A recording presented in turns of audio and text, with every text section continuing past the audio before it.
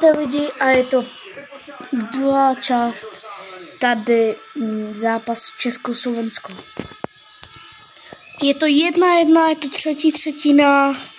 Hrajeme přesilovku 31 sekund.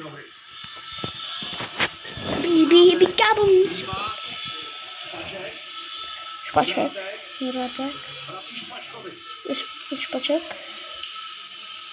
Špaček. Drátek. Špaček.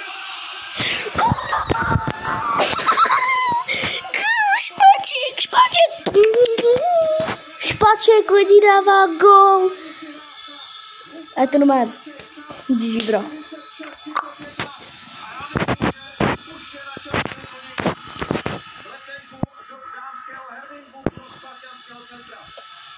My jsme seděli v dráze té střely a někdo mi řekl, lépe to trefit než šlo. Možná 5-7 cm nahoru.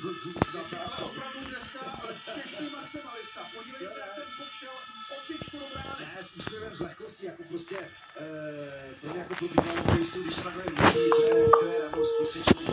sorry lidi. Když tohleto pustím... A lidi, stáhněte si už ten live sport. Stáhnete si tam aplikace, můžete sledovat hokej, fotbal, házenou, tenis, basketbal.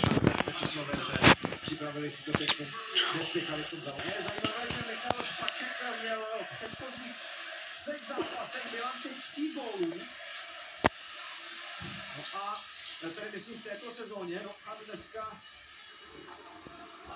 se tedy posunul o další zásah. Ne, beru zpět. Tam mi přeskočil zádek. Takže Michal Špaček zatím v této sezóně po kasetovém zákroku na tomu rekli. Bitka, pojď bitka, dej mu mé kopačku. Aktuálně po tom dlouhém čekání na gól, kterého se nedočkal ani na Karele, ani na navazujících švýcarských hrách proti Slovensku. Osvědčili svou produktivitu, přihrávka na první gól a teď přeslovsková hrána, která stanoví skóre Československo 2-1.